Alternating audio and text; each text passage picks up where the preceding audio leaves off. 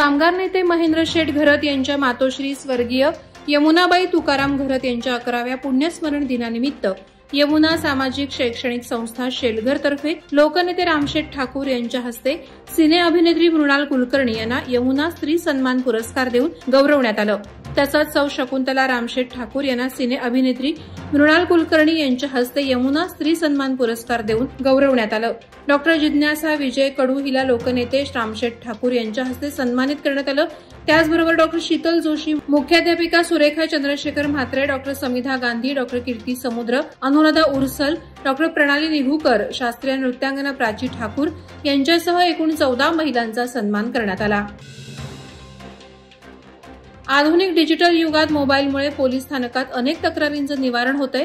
त्यामुळे रायगड पोलिसांनी रायगड समाधान वेब आणि मोबाईल आधारित संगणक प्रणाली उपलब्ध केल्याने जनतेच्या तक्रारींचं निवारण होणार आहे। याबाबत पोलिसांचं कौतुक असल्याचं प्रतिपादन संजय दराडे, विशेष पोलीस महानिरीक्षक कोकण विभाग यांनी केलं। 100 दिवस अंतर्गत 7 कलमी कृती आराखडा कार्यक्रम अंतर्गत रायगड जिल्ह्यातील उद्योजकांना त्यांच्या व्यवसायासाठी भयमुक्त पोषक वातावरण तयार होण्यासाठी रायगड समाधान वेब आणि मोबाईल आधारित संगणक प्रणालीचं लोकार्पण कार्यक्रमात ते रसायनी येथे बोलत होते।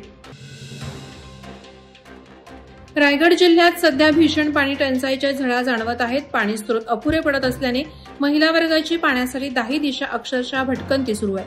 रोह्यातील कुंडलिका नदीलगतची 26 गावं पिण्याच्या पाण्यासाठी पराकोटीचा संघर्ष करतायत। पिण्याच्या पाण्यासाठी महिला आक्रमक झाल्या, त्यांनी प्रशासनाला जाब विचारला। कोट्यवधींचा निधी जातो कुठे? प्रशासनाकडे वारंवार अर्ज विनंत्या करून केराची टोपली दाखवली जाते। आम्हाला पाणी मिळेपर्यंत आम्ही आमचा लढा सुरूच ठेवू, भविष्यात हा लढा अधिक तीव्र करू असा इशारा संतप्त आंदोलक महिलांनी दिलाय।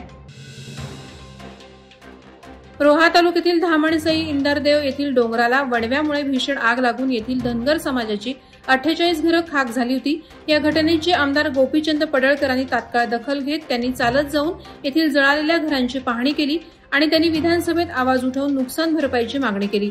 या घटनेची माहिती युवा नेते दत्ताभाऊ शेडगे यांनी आमदार पडळकर यांना दिल्यानंतर ते 3 ते 4 किलोमीटर चालत जाऊन त्यांनी परिस्थितीचा आढावा घेतला। नुकसान भरपाईची मागणी केल्याबद्दल कोकणातील धनगर समाजाने आमदार पडळकरांचे आभार मानले। खालापूर तालुक्यात रस्त्यांवर, हॉस्पिटल परिसर, शासकीय कार्यालय, नदी नाल्यालगत तसंच डम्पिंग ग्राउंडमध्ये थेट कचरा जाळून टाकण्याचा सोपा मार्ग सर्वत्रच अवलंबला जात असून त्यामुळे मोठ्या प्रमाणावर वायू प्रदूषण होत आहे। यामुळे नागरिक आणि पशुपक्षी, मोकाट गुरांचे आरोग्य धोक्यात येत आहे। कलोते ग्रामपंचायत हद्दीतील जुन्या मुंबई पुणे राष्ट्रीय महामार्गालगत कचरा डेपो बनवण्यात आला असून मोठ्या प्रमाणावर गावातील प्लास्टिक मिश्रित घनकचरा या ठिकाणी टाकला जातोय। तसंच डंप केलेला प्लास्टिक कचरा भर उन्हात पेटवला जात असल्यानं मोठ्या प्रमाणावर वायू प्रदूषण होत आहे। इसांबे पोलीस मदत केंद्राच्या निर्मितीनं परिसरातील जनतेला आणि कारखानदारी यांना मोठा दिलासा मिळाला असून येथील पोलीस यंत्रणा 24 तास सतर्क राहून जनतेच्या अडचणींचं निवारण करणार आहे, असं प्रतिपादन विशेष पोलीस महानिरीक्षक कोकण प्रदेश संजय दराडे यांनी केलं। खालापूर पोलीस ठाणे अंतर्गत इसांबे येथे पोलीस मदत केंद्र उभारण्यात आलं असून त्याचे उद्घाटन पोलीस महानिरीक्षक संजय दराडे यांच्या हस्ते करण्यात आलं। त्याप्रसंगी ते बोलत होते। यावेळी रायगड पोलीस अधीक्षक सोमनाथ घारगे उपस्थित होते। पनवेल तालुका पोलीस ठाणे हद्दीतील नेरेबीड चौकी येथे महिला दिनानिमित्त पोलीस ठाण्यातील महिला पोलीस अधिकारी, अंमलदार आणि हद्दीतील महिला दक्षता समिती सदस्य यांच्या दुचाकी रॅलीचं आयोजन करण्यात आलं होतं।